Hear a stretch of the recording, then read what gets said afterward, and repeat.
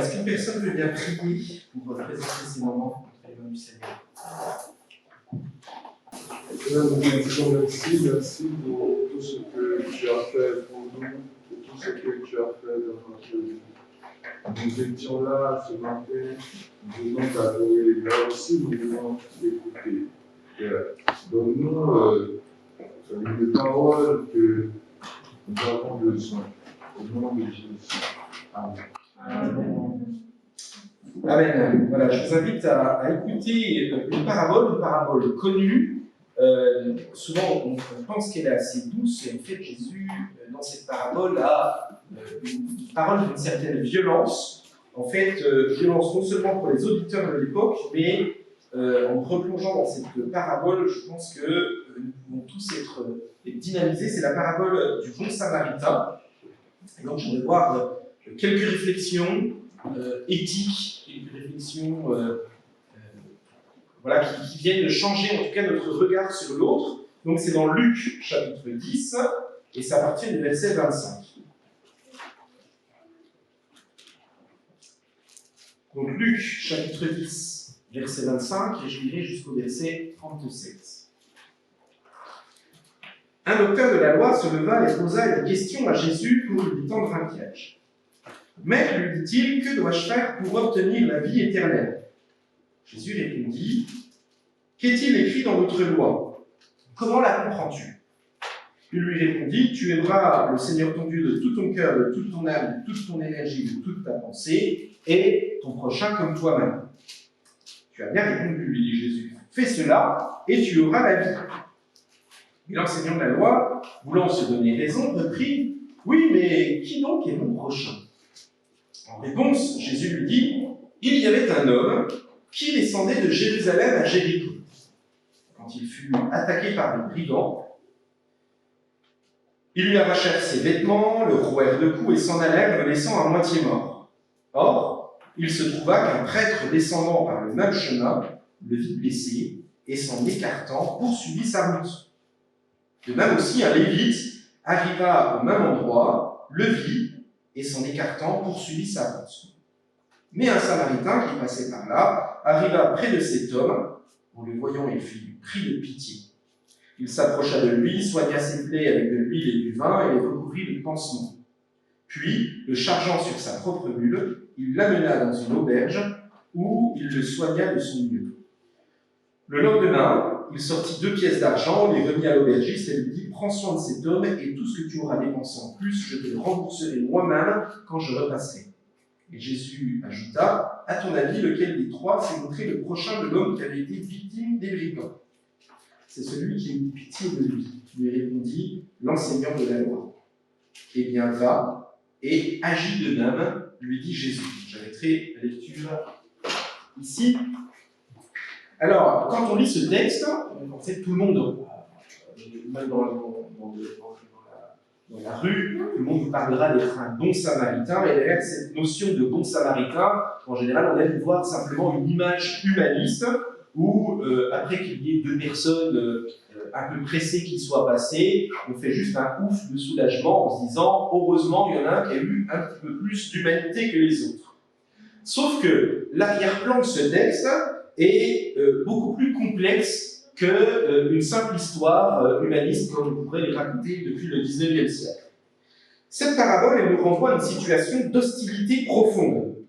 Là où nous ne voyons qu'un scénario entre 2 êtres humains, il y a derrière ce texte quelque chose de beaucoup plus violent. Jésus est en train d'utiliser l'image, par l'image de ce samaritain, il est en train d'utiliser l'image de celui qu'on ne veut pas côtoyer. Il y a derrière l'image du samaritain une histoire qui date d'il y a déjà quelques siècles, environ 3 ou 4 siècles avant la venue de Jésus, d'animosité entre ces 2 peuples. Le samaritain, c'est celui qu'un juif ne voudrait absolument pas côtoyer, absolument pas avoir à sa table. Ce sont des margoulins, les samaritains. Tantôt, quand ils ont besoin de faire du commerce avec les juifs, ils vont essayer de commercer un peu avec les juifs. Puis dès que ça commence à poser problème d'être un peu trop près d'un juif, ils vont voir les Romains, et puis s'ils peuvent les dégager entre les mains des Romains, et ils le font assez facilement, quoi. Voilà, on est vraiment dans une histoire de... on les apprécie absolument pas. C'est des traîtres, c'est des lâches, c'est ceux que nous n'avons pas envie de côtoyer. Et dans la tradition juive, le commandement d'aimer est un commandement qui est là, hein, Lévitique chapitre 19, donc on est en plein cœur de la loi, c'est marqué « Tu aimeras ton prochain comme toi-même ». Sauf que l'interprétation de ce commandement, hein, c'est pas par hasard que ce docteur de la loi nous dit « Mais tiens, mais dans la loi c'est marqué « Aime ton prochain comme toi-même », mais sauf qu'à cette époque-là, le mot « prochain », c'est celui qu'on va considérer comme étant proche. Le prochain, celui que je vois régulièrement et celui qui... donc on l'arrête, hein, autrement dit, aux frontières de la judaïté. Donc un juif, on l'aime. Celui qui n'est pas juif, si on ne l'aime pas, c'est pas grave. On transgresse pas cette loi parce qu'elle ne devient pas réellement une loi pour celui qui pense qu'il suffit d'aimer juste celui qui nous ressemble. Autrement dit, c'est comme si nous, on nous disait aime ton prochain comme toi-même, aime les gens dans l'église. Une fois que tu franchis la porte de l'église, voilà, lâche-toi et laisse-toi aller à tes élans le plus primaire. En parlant d'un Samaritain, donc, de cette personne avec qui normalement je ne devrais pas avoir de contact, Jésus vient ouvrir le sens du prochain en disant que le prochain n'est pas simplement celui qui me ressemble, celui que j'aime bien, mais c'est aussi celui qui est le moins aimable, le moins fréquentable.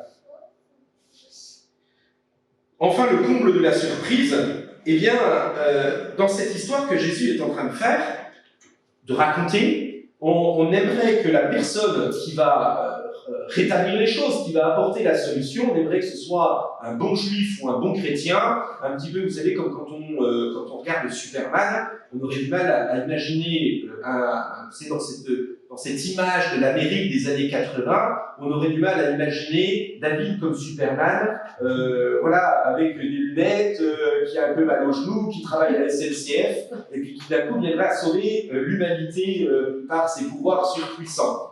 Eh bien, en fait, c'est ce que Jésus est en train de dire, qu'une personne comme David est un Superman dans cette histoire. Au moins, il peut l'être.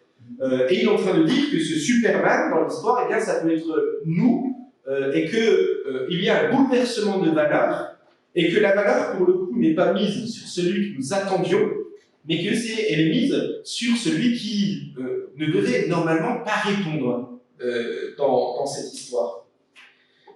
Et puis, en fait, ce que Jésus est en train de faire, simplement, il est en train de rappeler clairement ce que dit la loi. Oui, c'était clairement convenable pour un juif du 1er siècle de regarder les autres juifs en se disant « tu aimeras ton prochain comme toi-même », sauf que la loi, elle va un petit peu plus loin que ça. Exode 22, verset 20, alors que les Israélites sortent d'Égypte, Dieu va dire « tu ne molesteras pas l'étranger et tu ne l'opprimeras pas ». Exode 23, verset 9, « tu n'opprimeras pas l'étranger ». Lévitique 19, l'étranger qui réside avec vous sera pour vous comme un compatriote et tu l'aimeras comme toi-même. Et là, du coup, on se rend compte Jésus, en fait, donne le vrai sens à la loi. Il donne l'orientation pleine et entière de dire que ce n'est pas parce que la personne est un samaritain, ce n'est pas parce que la personne a des attitudes qui peuvent te sembler originales que tu ne dois pas prêter attention et que tu dois mettre une distance, une distanciation. Jésus, donc, en présentant cette parabole, a pour but de remettre en cause les déterminismes et les fatalismes qui cherchaient à justifier au mieux soit de l'indifférence, autrement dit, après tout c'est un étranger, c'est un peu normal qu'il se comporte comme ça, ou bien voire pire, de créer une situation d'inimitié. De toute façon, on n'arrivera jamais à les revoir ceux qui ne font pas comme nous. Voilà. Et dans ce texte, Jésus est plutôt en train de nous dire que nous devons revêtir une culture qui est autre que la culture, et qui est la culture du royaume des cieux. Autrement dit, regardez, toutes celles et tous ceux qui sont autour de moi, même ceux peut-être même qui me cassent les pieds en tant que chrétien. Admettons, je ne sais pas, j'ai certaines personnalités publiques, pas forcément politiques, mais des fois qui sont un peu médiatiques, qui aiment casser du sucre sur le dos des évangéliques. Imaginons que je passe en voiture, je les vois en panne, qu'est-ce que je fais? Est-ce que je baisse l'arbitre en disant « je suis un évangélique et je continue mon chemin » ou est-ce que je m'arrête et je leur dis « allez, on va acheter un jerrycan et puis je vais vous donner un petit coup de main pour pousser », soit en leur disant qu'on est chrétien et que, et puis on peut quand même les aimer, soit même juste dans un geste gratuit. Voilà.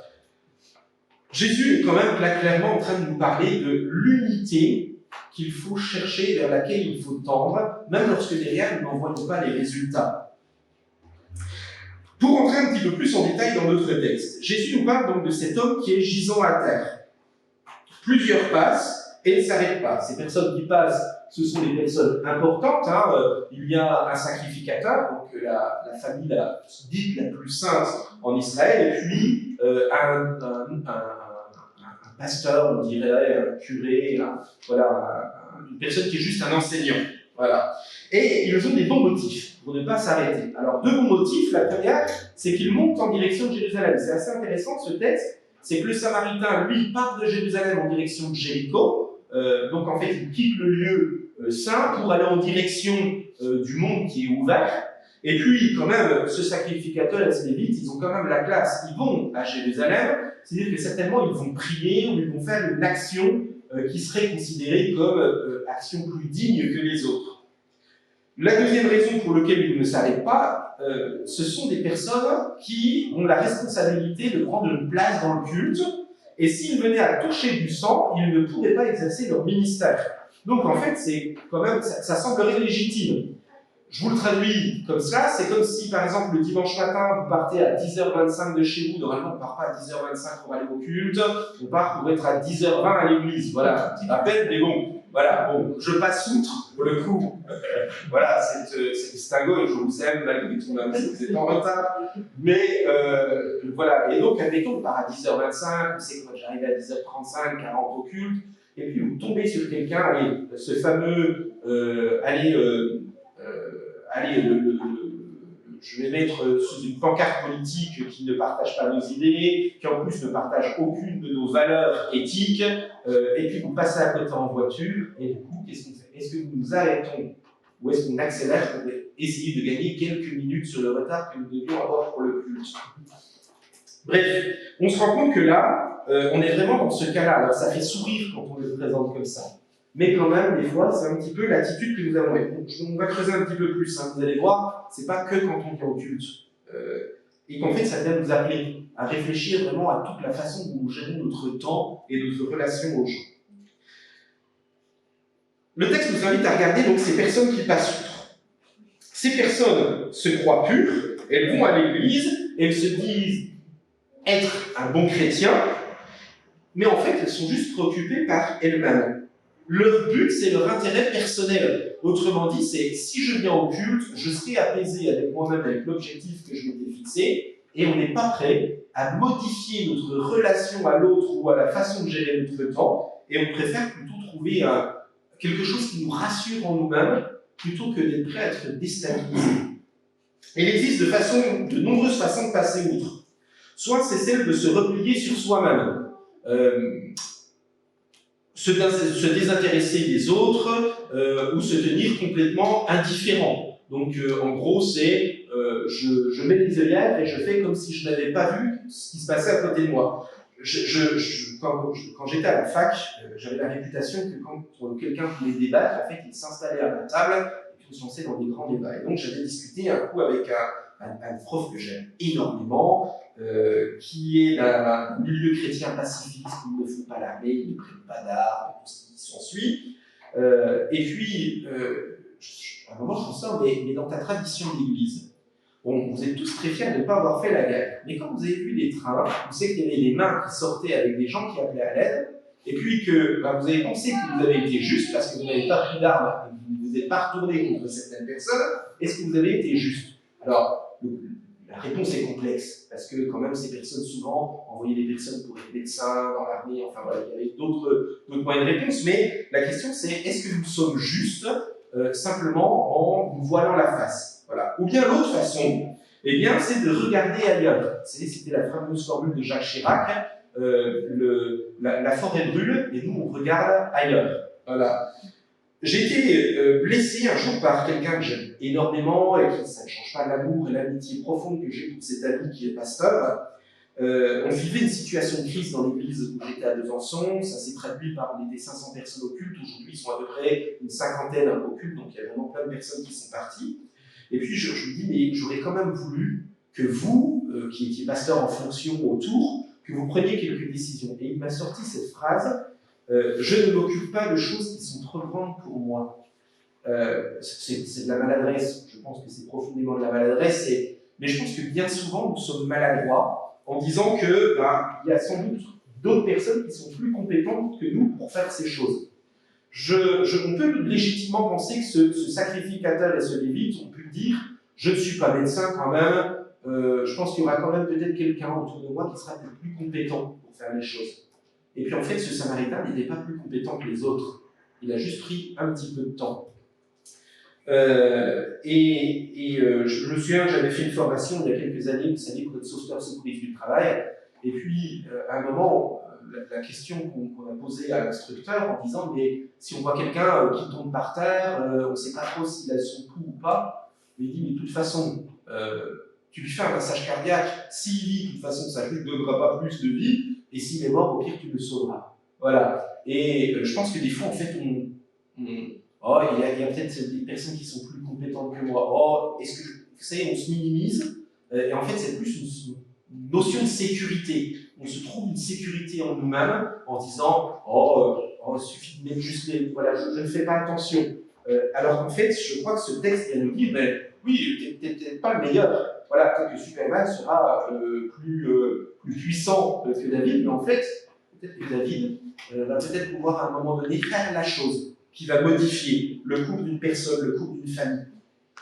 Entre autres, pour ce Samaritain, on peut imaginer, pardon, pour cet homme qui est blessé, on peut imaginer que quand il va rentrer chez lui, il va avoir une femme qui sera juste heureuse de le retrouver et des enfants qui ne seront pas orphelins. Ça ne paraît pas grand-chose, juste parce qu'il s'est arrêté un petit instant. En plus, sur ces personnes qui passent outre, on a affaire à des personnes religieuses. Et je crois que là, il y a un avertissement pour chacun d'entre nous. C'est le signe que croire en Dieu et l'adorer ne garantit pas le fait de vivre selon sa volonté. Des fois, nous sommes simplement en train de penser que parce que nous avons passé un certain temps dans la prière, nous avons fait des choses qui viennent un peu nous rassurer, venez nous donner un peu comme un passeport d'être un bon chrétien, vous savez, le chrétien plus. Alors que là, le texte ne nous dit pas que c'est en vertu de ce que nous faisons comme œuvre spirituelle que nous sommes sauvés, mais concrètement aussi que ma spiritualité doit se traduire par des gestes. Et leur non-assistance vient en plus trouver de bonnes excuses, comme je vous le disais, et pourtant ces excuses ne sont pas valables pour Jésus-Christ. La véritable dignité qu'ils auraient pu avoir, c'est l'attention qu'ils auraient dû porter vis-à-vis de celui qui est blessé. Et si nous avons tendance à apporter un jugement sévère sur les brigands, dans ce texte c'est très intéressant. On nous parle des brigands, mais on ne s'arrête pas sur eux. C'est simplement parce que Jésus est en train de dire que, les brigands, ce qu'ils ont fait, oui, c'est pas bien, je veux dire, tout le monde est au courant que c'est pas bien.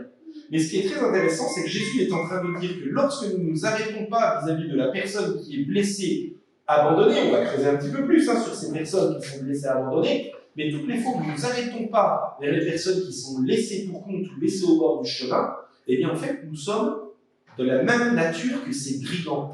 Nous ne faisons que cautionner ce que font les brigands. Autrement dit, lorsqu'un frère ou une sœur se trouve dans une situation difficile, je pense par exemple à une personne qui était victime d'un prêt bancaire qui était assez scrapuleux, et que on s'arrête simplement à dire il n'avait qu'à pas se laisser entrecouper et qu'on ne va pas sonner à la porte du banquier en disant il faudrait peut-être quand même que tu fasses quelque chose. Un frère ou une sœur qui se trouve objectisé face à une démarche administrative, je pense à ceux qui sont en train de demander des papiers, puis qu'on dit il a simplement à se battre seul ou elle a simplement à se battre seul pour demander les papiers, ou victime d'un monde économique qui lui dit qu'à partir d'un certain âge, nous ne sommes plus assez rentables, et puis qu'il faut simplement le laisser au bord du chemin. Et je m'étonne même bien souvent que certaines fois, on considère que d'autres personnes sont plus compétentes que nous pour faire ces choses. Alors qu'en fait, si nous étions juste en humanité ou en fraternité, eh bien, on ne se laisserait peut-être pas simplement, on ne se laisserait pas bloquer par ces choses. Personnage remarquable, Martin Luther King. Pourquoi est-ce que Martin Luther King est remarquable ? Martin Luther King, j'ai envie de dire, c'est celui qui à un moment a, permettez-moi l'expression, a une grande gueule. Lorsqu'à un moment, on lui dit qu'en tant que noir, il ne peut pas s'asseoir dans un bus, bon, il fait partie de tout un réseau, on le met un peu en exergue, d'un côté, il y a Rosa Parks qui fait des tas de... il y a des super associations, il faut lire tous ces élans qui ont été créés dans les années 60, qui est juste remarquable, mais qu'on peut créer aussi sur d'autres échelles. Pourquoi il est remarquable? Parce qu'à un moment, il entend que quelqu'un est laissé pour compte, qu'elle va... Et lui, en fait, il va dire, mais non, mais c'est pas normal. Et en fait, juste sa réaction est de dire, ce n'est pas normal. Et à partir de ce moment-là, il y a une colère qui bouillonne à l'intérieur de lui. Et quand une sœur, par exemple, vient nous voir à la fin d'un culte en disant oh, « j'ai vraiment beaucoup de mal à finir le mois parce qu'en fait, j'ai un prêt, on sait qu'on m'a mis un prêt à 25% à la place d'être aujourd'hui les taux baissent, enfin voilà », bah, peut-être dire bah, « écoute, je comprends, j'entends que tu ne sais peut-être pas parler au banquier, moi j'ai un peu plus de facilité. » Et là, on se voit dans la semaine, on se prend un petit café, et puis on va téléphoner. Et c'est pas le rôle du pasteur, bien sûr c'est partiellement mon rôle, mais c'est le rôle de toutes celles et tous ceux qui à un moment voient des personnes qui sont dans des situations de difficulté et qui vont se dire « je vais participer au bien commun ». Alimenter le fait que nous ne pouvons rien faire, c'est refuser d'entrer dans le projet de bénédiction que Dieu nous a donné. Autrement dit, qu'est-ce que c'est que bénir? C'est prendre autorité sur ce qui est maudit ou sur ce qui conduit sur un chemin de malédiction pour dire non, ce n'est pas le projet que le Christ veut et je viens modifier le cours des choses pour que, à partir de maintenant, là où il y avait la malédiction, il y ait la bénédiction. Et autrement dit, ce n'est personne d'autre que nous, en tant qu'Église, qui pouvons le faire. Bien sûr, il y a d'autres personnes qui vont tâcher de le faire et qui vont tendre à cela, mais je crois que nous, en tant que chrétiens, nous sommes les mieux placés pour pouvoir le faire. Alors, parmi les personnes qui ont été présentées dans ce texte, à qui est-ce que nous ressemblons? Nous devons reconnaître la tentation qui nous guette de nous désintéresser des plus faibles. Après tout, si je ne m'arrête pas, qui le saura? Voilà, dans ce texte, le sacrificateur, lorsqu'il va arriver dans le temple à Jérusalem, il n'y a pas une seule personne qui saura que juste avant, il a agi de cette façon vis-à-vis de cette personne qui était maltraitée au bord du chemin. Voilà, qui le saura? Mais quand même.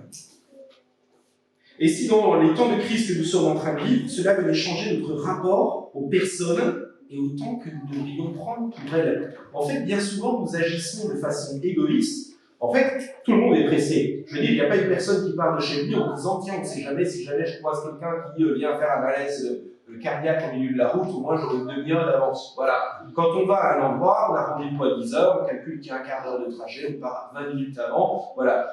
Ce Samaritain, il a fait comme tout le monde. Il était parti en se disant bah, le but c'est quand même d'arriver à telle heure à la maison. Les autres partaient en disant bah, le culte ou le service que je dois rendre est à telle heure. Sauf que cette personne a eu assez d'amour pour considérer que la notion du temps n'était pas qu'un rapport fonctionnel, mais c'était aussi un rapport social et un rapport humain. La question qui se pose, c'est quel temps allons-nous accorder aux SDF russes, vous savez, on en avait eu qui était venu l'année dernière au fond de l'église, quel temps allons-nous accorder pour ces personnes?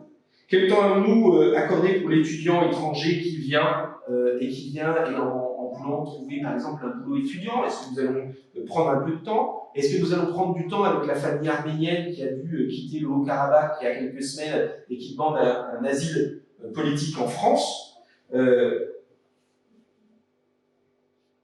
On aura peut-être tendance à dire que ce n'est pas à nous de nous intéresser à eux, que l'État va pouvoir s'en occuper, que le Crous va pouvoir s'en occuper, que le CCAS a pour rôle de s'occuper des SDF, mais il me semble quand même que là, dans ce texte vient nous dire que c'est à nous, en tant qu'humains, d'offrir un rapport humain à ceux qui sont humains face à nous.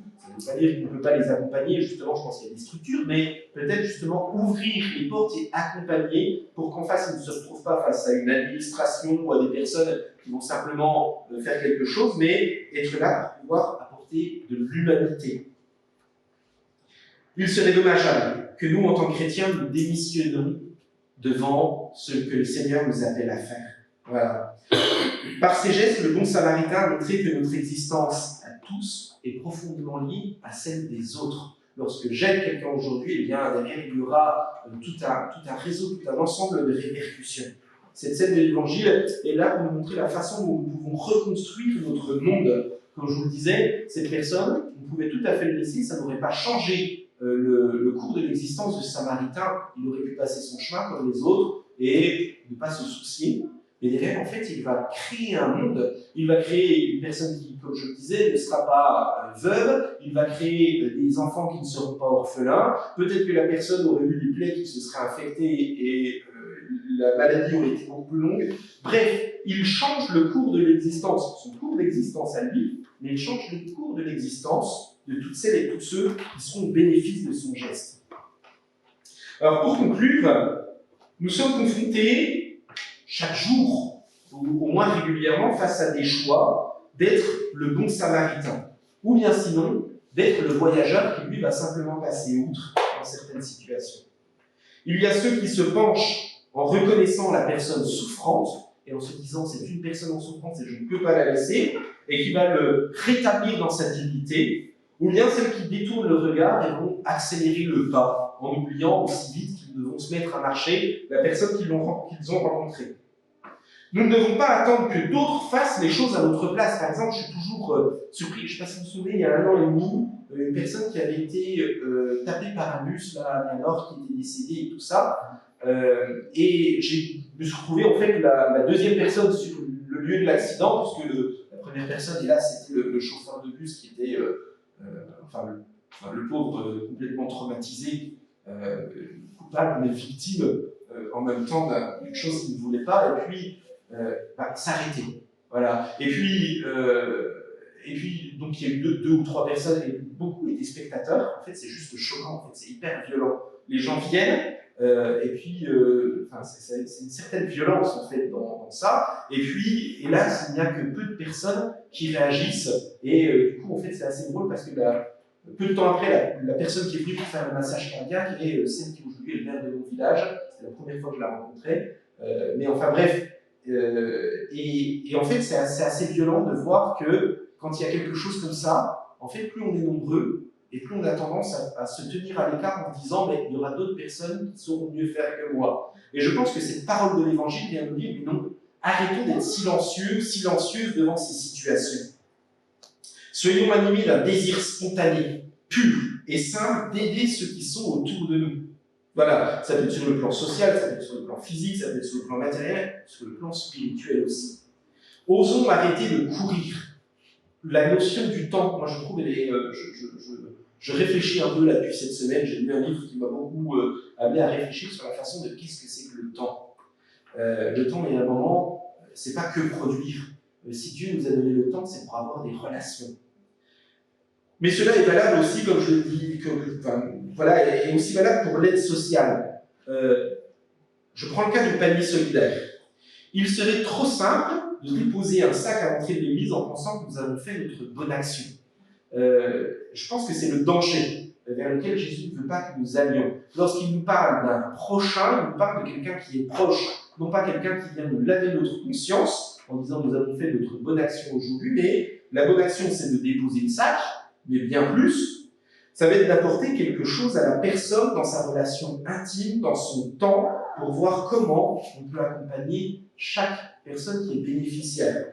Je me souviens, je suis un peu long, mais quand j'étais à la fac, ça m'a beaucoup touché. Vous savez, le premier Noël que j'ai fait à la fac, je venais d'arriver dans une chambre d'étudiant, un peu moins de 9 mètres carrés.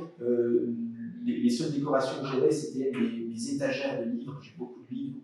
Voilà. Et puis, j'étais devenu un peu déshumanisé. Et puis, un collègue de fac qui avait une famille qui était pas loin de finir les études, dit les étudiants du foyer, vous allez tous venir et puis on va faire un après-midi où on va faire Noël. Et je franchis la porte de cet appartement et d'un coup, je me retrouve au milieu de vrais êtres humains. Il y avait une guirlande de Noël, il y avait des bougies qui éclairaient, il y avait des gamins qui couraient, des jouets par terre, enfin bref. Et en fait, c'est juste venu à un moment de me réhumaniser. J'ai quitté un peu mon statut d'étudiant pour redevenir un vrai être humain qui est de nouveau en relation avec les gens. Bref, le travail donc, ne s'arrête pas simplement donc, à donner des sous à l'aubergiste, mais le travail est vraiment celui de s'intéresser, de discuter, de prendre le temps. Voilà. Et le premier des Samaritains, le premier qui va prendre le temps, le premier des exemples que nous avons, eh bien c'est Jésus qui alors qu'il pouvait rester là-haut dans sa gloire et juste intercéder pour nous à la droite du Père, eh bien va faire beaucoup mieux que cela. Il va s'incarner pour venir à nos côtés, porter nos souffrances, nous accompagner, poser, réfléchi et spontané. C'est un petit peu ce qui semble contradictoire, mais autrement dit, des actes qui sont animés par l'amour le plus profond qu'il puisse y avoir. Je vous invite à prier. Seigneur, ce texte que tu nous donnes par le bon samaritain est un texte qui est, en fait, je pense que j'ai beaucoup synthétisé ce matin, parce que quand on s'arrête sur ce texte, en fait, il nous renvoie même à beaucoup plus que tout ce qui est dit. Il nous appelle à ce que cette attitude du Samaritain soit une habitude de vie, à ce que la question ne se pose pas de savoir si on doit aimer ou pas, mais tu nous demandes vraiment d'aimer en vérité, d'aimer même plus l'autre, de ne pas avoir un amour égocentrique qui est tourné vers nous-mêmes, dans lequel nous cherchons à nous valoriser par des actes, mais un amour qui se donne juste gratuitement, bénévolement, même s'il faut payer de sa poche. Ce Samaritain paye l'aubergiste et il va même payer encore les dettes qui viendront par la suite. Donne-nous de remettre en cause notre petit confort personnel pour pouvoir rechercher l'intérêt du bien commun. On te remercie, Seigneur, que ce texte nous accompagne, qu'il reste sur notre cœur pour transformer nos attitudes, nos habitudes et nous amener à vivre selon toi. De nous de t'honorer comme ce Samaritain t'a honoré. Amen. Amen.